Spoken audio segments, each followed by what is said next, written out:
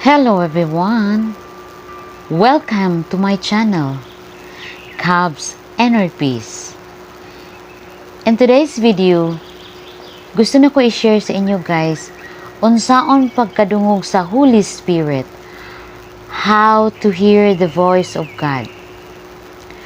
One time guys, dito ko nagpuyo sa Bohol. Pero nakaibaw ko nga I'm living of sins. Nagpuyo ako sa mga sala. But ang akong kasing-kasing nag-alagad ko sa Ginoo. But behind that, nagpuyo ako sa mga kasalanan ko. Usahay mawadaan ko og pag-asa, paglaom, hopeless. Makaingon ko sa kong Ginoo nga maluwas pa ba ko ani no?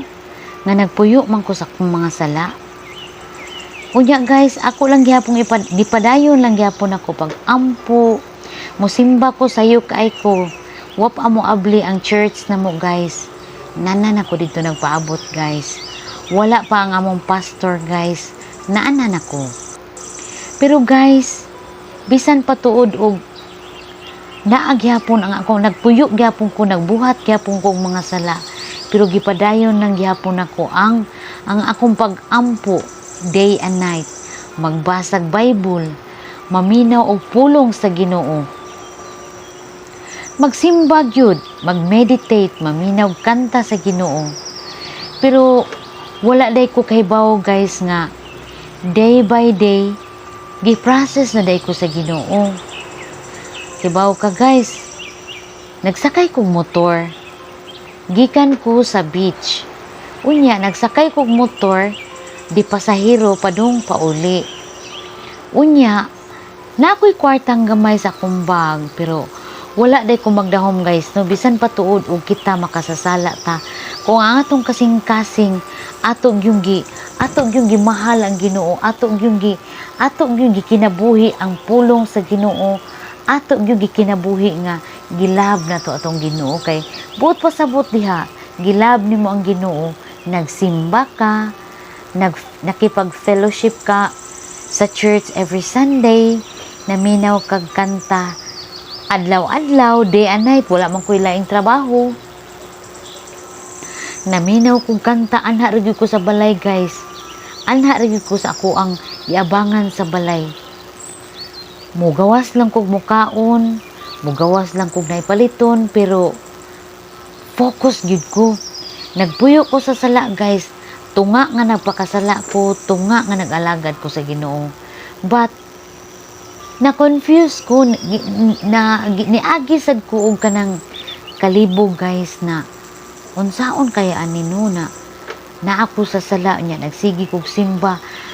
I feel guilt, gibati ko ka guilty guys, pero wala ko nagpatintal sa mga kasamok sa kong una-una.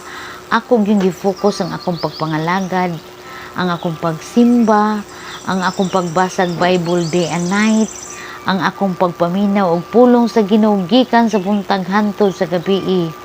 Maminaw kog kanta, maminaw kog online Bible, pero buutan kay ang Ginoo guys. Iya day kong gi-process guys, wa jud ko kahibaw. Kinsa may magdahom guys nga sa akong pagkamakasasala, makadungog day ko og Holy Spirit, makadungog day ta og kanang tingog sa Ginoo. Ako yung mong hatagan guys sa ako ang verse ana nga kitang tao guys, kitang tanan guys, makadungog ta og makadungog ta og tingog sa Ginoo. Nagsakay kog motor guys, gikan ko sa beach, padung nako pauli. Na ako'y nadunggan nga tiguang nga mura jud kanang mura kog nag-headset guys ba sa akong paminaw sa akong tingog nga na ako'y nadunggan tingog sa ibabaw nga saba kay ang motor guys, pero nakadungog ko sa tingog nga ni warning nga ingon nga specific kay miingon ang Ginoo guys. I-deposit na. Nagsakay ko sa motor guys, hantod ni pauli ko, hantod na lang naduol ko. Nagsigi jug balik-balik guys, i-deposit na.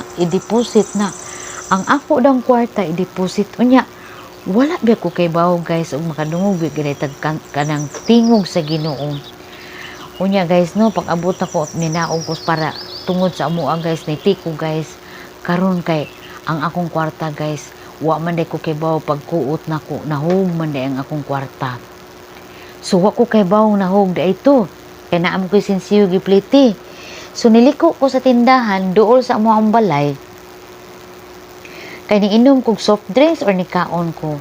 Pagbalik na ko guys, nakit-an ako akong balik akong kwarta. Dili siya dako guys. Pero pag mo warning nimo ang Ginoo guys, magamay og madako.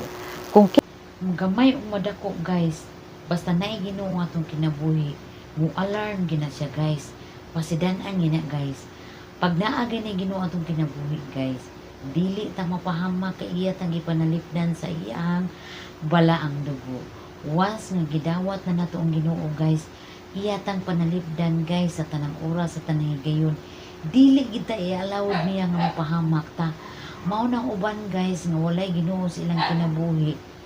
Sayo kay mga matay kay nindot mo ginang naatay Ginoo kay naamin panalipod nato.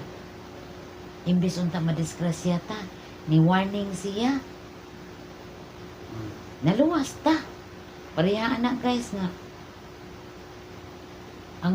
ang unang mauta to'y sakyan na to nga sakyan na nga bus unya wa ta kasakay kay puno na nya wa ta kibaw pag abot unahan na disgrasya gituyo to sa Ginoo kay musakay ka adto madisgrasya ta mao na nga ug naa tay Ginoo tong kinabuhi panalipdan kita wa ta kasakay adto nga bus wa niya i-allowed nga makasakay ka adto para dili ka madisgrasya.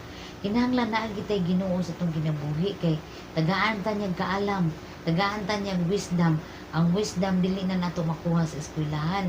Hindi mo yan kailangan pag-aralan, gikan na niya. So, maayo kay ang Ginoo sa itong kinabuhi guys, panalipdan kita. Kaning ako ang mga upload guys based on my experience din ako guys, di ni buhat-buhat, di ni ako mga pinunitan, gikan gini sa ako ang mga experience.